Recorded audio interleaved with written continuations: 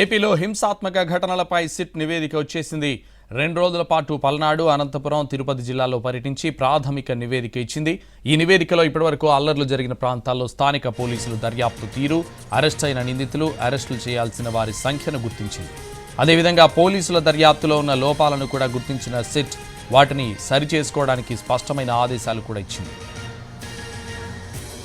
ఇక ఏపీ వ్యాప్తంగా 3 జిల్లాల్లో జరిగిన అల్లర్లలో మొత్తం 33 కేసులు నమోదు చేయగా అందులో 1370 మందిని నిందితులుగా పోలీసులు గుర్తించారు. అంతేకాదు ఇందులో అరెస్టుల సంఖ్య కూడా నామమాత్రంగానే జరిగినట్టు సిట్ గుర్తించింది.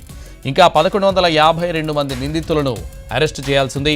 అయితే వీళ్ళందరూ అల్లర్లు జరిగిన ప్రాంతాల నుంచి దూరంగా వెళ్లిపోవడంతో వారిని గుర్తించడం కూడా స్థానిక పోలీసులకి కష్టతరంగా మారింది. దీంతో అల్లర్లు జరిగిన సమయంలో తీసిన వీడియోలు, స్థానికంగా ఉన్న సీసీటీవీ ఫుటేజ్ డిజిటల్ ఆధారాలుగా తీసుకుని నిందితులను గుర్తించే ప్రక్రియ చేపట్టాలని సిట్ స్థానిక పోలీసులకు ఆదేశాలు ఇచ్చింది. ఇక 100 మంది దాడులకు పాల్పడితే తక్కువ మంది నిందితులను అరెస్టు చేయడం, సగానికి పైగా నిందితులను గుర్తించే ప్రక్రియను కూడా పోలీసులు పూర్తి చేయకపోవడాన్ని సిట్ గుర్తించింది. వాటన్నిటినీ పూర్తి చేయాలంటూ నివేదికలో స్పష్టమైన ఆదేశాలు ఇచ్చింది సిట్.